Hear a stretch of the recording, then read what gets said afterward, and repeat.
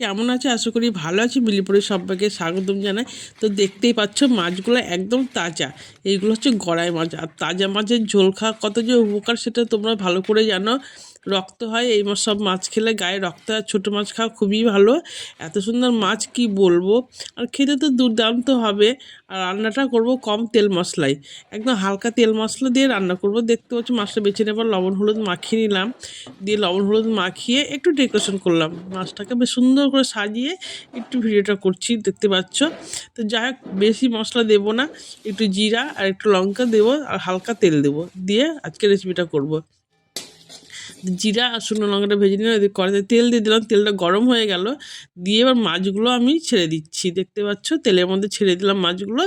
দিয়ে ভালো করে তেলটা তাতিয়ে নিয়েছিলাম, এর আগের দিন তেল তাতাতে কম হয়েছিল, তো মাছটা ভেঙে গেছিলো। যাই হোক, তেলটা তাতানোর পর দেখতে পাচ্ছ মাছটা খুব সুন্দর উঠানো হয়ে গেল।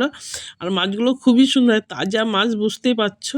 তাজা মাছ খাওয়া কত ভালো, আর গায়ে রক্ত হয়, তোমরা জানো কি বন্ধুরা। যাই হোক, মাছটা ভাজা হয়ে গেল।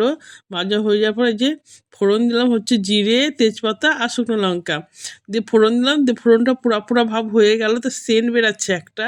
দিয়ে দিলাম তেলে পুরে আদা, আদা ফোড়ন দিয়ে দিলাম। আদাটা ফোড়ন দেওয়ার পরে কী দেবো এবার, তো একটু ভালো করে কষে নিব একটু, তাহলে আদা গন্ধটা বেরিয়ে যাবে। দিয়ে দিলাম কাঁচা লঙ্কা, কাঁচা লঙ্কাটা দিয়ে দিলাম। কাঁচা লঙ্কাটা দেওয়ার পরে আলুগুলো দিয়ে দিলাম, সেদ্ধ করে রেখেছিলাম একটু আলুটা। আর সুগারের মানুষ তো, ওর জন্য আমাকে একটু সেদ্ধ করে জলটা ফেলে দিতে হয়। দিয়ে দিলাম লবণ, দিয়ে দিলাম হলুদ, দিয়ে ভালো করে একটু কষে দেখতে পাচ্ছ। আর কোনো তো মশলা দেবো না, কাঁচা লঙ্কা দিয়ে বেশ আজকে রেসিপিটা করছি।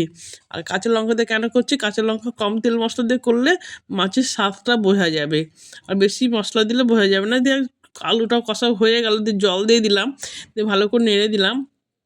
এই ঝোলটা ফুটে উঠলো, দেখতে পাচ্ছ একদম ভাঙা ভাঙা, আলুগুলো ভাঙা ভাঙা হয়ে এসছে।